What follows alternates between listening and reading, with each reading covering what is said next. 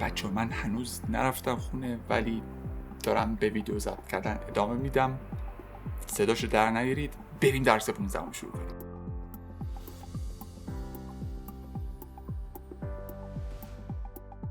سلام بچه، امیدوارم حالتون خیلی خوب باشه. رسیدیم به درس 15 جایی که با انرژی و قدرت داریم ادامه میدیم تا بریم جلو و انگلیسیمون رو خیلی خوب بکنیم و اصلا از اشتباه کردن نمیترسیم. خیلی ممنون که حمایت میکنید با کامنت گذاشتن، یه دونه قلب کوچیک با لایک کردن و معرفی این دوره به دوستانتون، به آشنایاتون، به باباتون، به مامانتون، به خاله و عمو، چون که این بزرگترین حمایت از این دوره. به جهت سوال بپرسیم از درس قبلی، بگم که چه خبر؟ بگید بلند واتساپ. چه خبر؟ مثل همیشه as usual.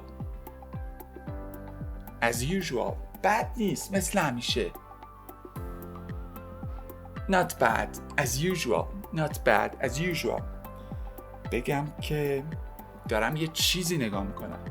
بگید something. با حالت استمراری بگید بچه ها. be plus ing for. I'm watching something. بگید که عاشقشم. I love it. خیلی سخته. It's very difficult. خیلی پیچیده است. It's very complicated. خیلی بامزه است. It's very funny. بعد بگم که راحته. Is it easy? بگید ابداً. Not at all. فکر کنم جدیدامون رو یاد گرفتیم. بریم درس جدید رو گوش بدیم ببینیم چی داره. امیدوارم باد زیاد نیاد که صدای ما رو به هم بریزه و بعد میریم با هم دیگه تکرارش بکنیم. Hey, what's up? I am really bored. What's wrong? Any problems? Sometimes learning English is very difficult. I understand. Maybe you should try something new. Like what? I don't know. For example, watching movies, listening to podcasts. It sounds interesting. Every weekend, my friends and I watch a movie together in my home. You can join us if you are interested. Of course. I love movies. Where is your home? It's not so far. Great. Can you give me the address? I live on 830 Street, behind the library. خیلی ممنون. امیدوارم میدونم بچه خیلیاشو فهمیدید. یه چیزی بچه ها بهتون بگم. این تکرارا کاملا هدفمند و سیستماتیکه. یعنی اینجوری نیست فقط من یه چیزایی رو همینجوری تکرار بکنم. اینا رو بچه من دسته‌بندی کردم که مثلا هر کلمه مثلا بعد از 2 درس، بعد از 5 درس تکرار بشه تا شما یادتون نره بر اساس منحنی فراموشی. پس وقت گذاشته شده براش و اینکه شما فکر نکنید که همین جوریه. خب بریم ببینیم چی میگه. دوباره این آقا میگه که دوباره سارا میاد میگه که سلام یا هی چه خبر؟ شما بلدید. هی what's up. میگه که پسرم که اینقدر منفی و خسته و به درد نخور و نق بزنه که اصلا من نمیدونم چرا اینقدر داره باشه حرف میزنه. میگه حوصله‌ام سر رفته. بچه‌ها کلمه‌اش میشه bored. I'm bored. اینجا میگه که I'm really bored. یعنی واقعا حوصله‌ام سر رفته، واقعا کسلم. یه چیزی داریم صفت boring، یعنی اینکه کسالت آور. bored یعنی کسل.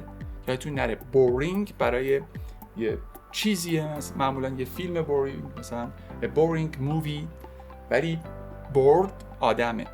میگه من واقعا کسلم، من واقعا حوصله‌ام سر رفته. شما بگید I'm really bored. امیدوارم بادا نیاد زیاد.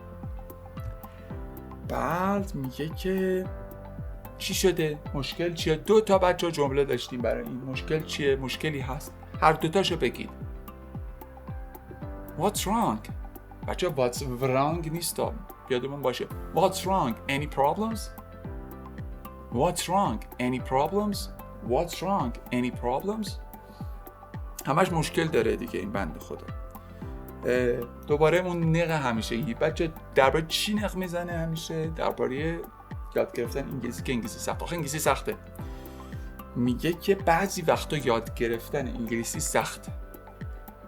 مثلا به جهنم من بودم اگه میگفتم برو بابا بکن. میگه sometimes learning English is difficult. Sometimes learning English is difficult. شما بگید بعضی وقتا انگلیسی یاد گرفتن سخته.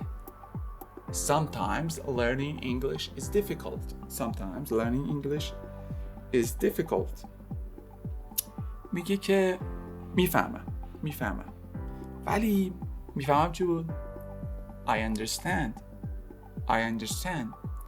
ولی شاید باید یه چیز جدید؟ نه، چیز جدید رو امتحان کنی. بچه اینجا فعل try داریم. try کردن میگیم سعی کردن، امتحان کردن. میگیم که میخوایم توصیه هم بکنیم، نمیگیم maybe you have، میگیم maybe you should try something new. Maybe you should try something new.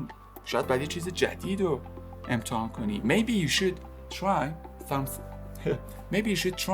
something new. یه چیز جدید شاید باید امتحان کنی. بعد این میگه پسر مثل چی؟ بچه این درسمون زیاد داریم. این درسمون کلمه زیاد داریم. میگه مثل چی میشه like what. like بچه دوست داشتن میشه فعل، ولی اینجا یعنی مثل. like what مثلا چی؟ میگه که maybe you should try something new. like what مثلا چی؟ مثل چی؟ میگه که نمیدونم، چه میدونم. ما میگیم چه میدونم. I don't know. مثلا شما حتما بلدید. for example مثلا اینم جدیده، نگاه کردن به فیلم ها. watching movies گوش دادن به پادکست ها. listening to podcasts میبینید listening to داره، حرف اضافه to داره، بعد حفظش کنید. پس میگه watching movies نداره حرف اضافه، listening to podcasts movies یادم نره. آره. بعد میگه که به نظر جالب میاد. It sounds interesting. شما میدونم بلدید بلند بگید It sounds interesting. بعدش میاد میگه که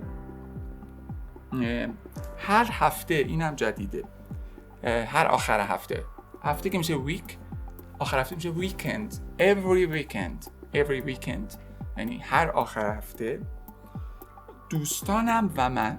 بچه توی فرانسه و توی انگلیسی ما نمیگیم من و دوستانم، منو همیشه آخر میاریم. میگه my friends and I یعنی دوستانم و من. بعضی میگن my friends and me که اشتباهه. my friends and I چیکار میکنیم؟ با هم دیگه یه دونه فیلم میبینیم. my friends and I watch a movie together. با هم دیگه یه فیلم میبینیم. اینجا چون بچه داره یه چیز تکرار میشه و شما در حال انجامش نیستید، اومده از حال ساده استفاده کردیم. پس میگه هر آخر هفته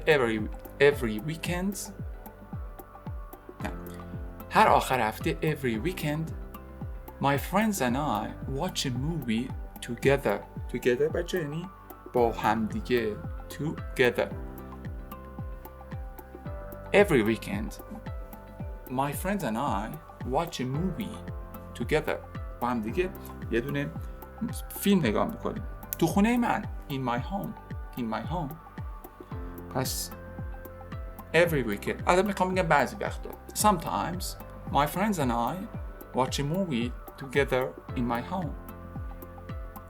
بعد میگه که میتونی به ما بپیوندی اگر علاقه‌مندی. interested.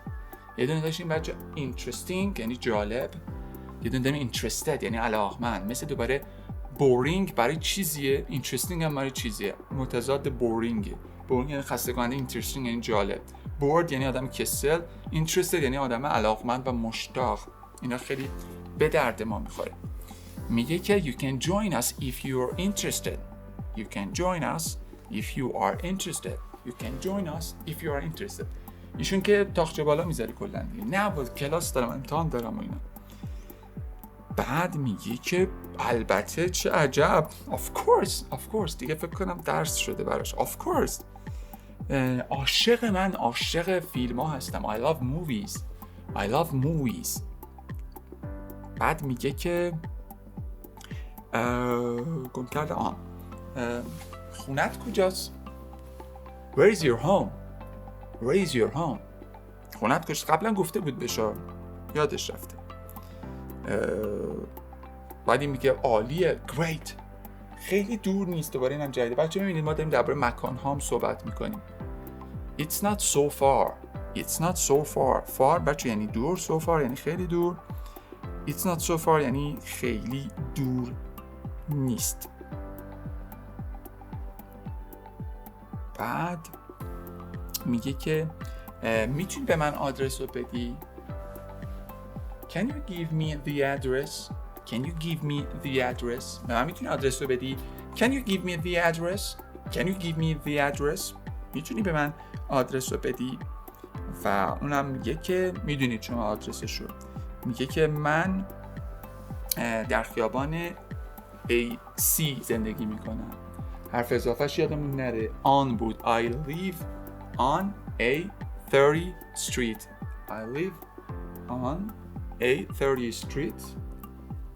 پشت کتابخونه. behind the library.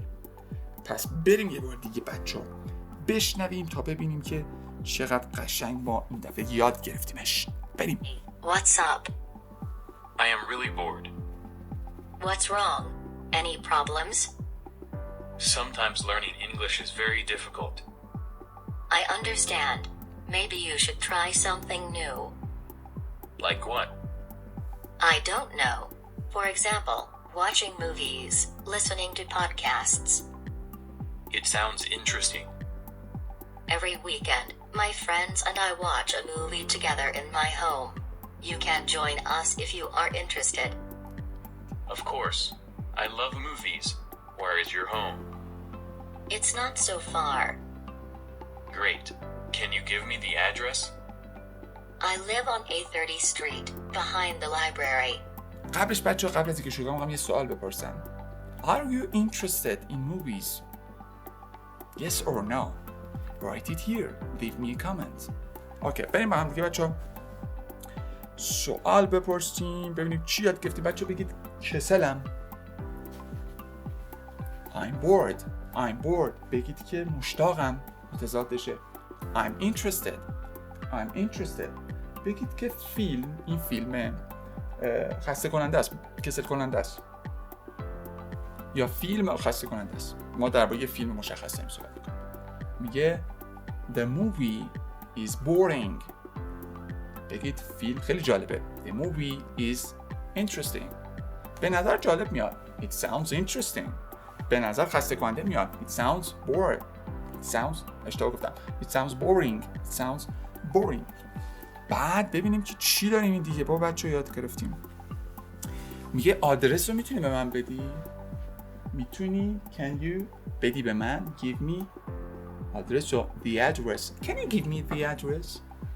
آدرس رو میشه به من بدی لطفاً؟ Can you give me the address؟ معلومه که بله. Of course. خیلی دور نیست. It's not so far. خیابون AC هستم. زندگی میکنم. I live on A30 street. من چون توی فضای بازم بچه‌ها، اینجا کوها معلوم نیستش. پشتم کوهه. سردم هست ولی من اینو پوشیدم دیگه، تیشرتم که اشتباه نشه. این در خونم کسی نیست میخوام بسته نشه دفعه، چون برای ویدیو ضبط کردن ممکنه تا شب بیرون بمونم و یخ بزنم. بعد میگه که مثل چی؟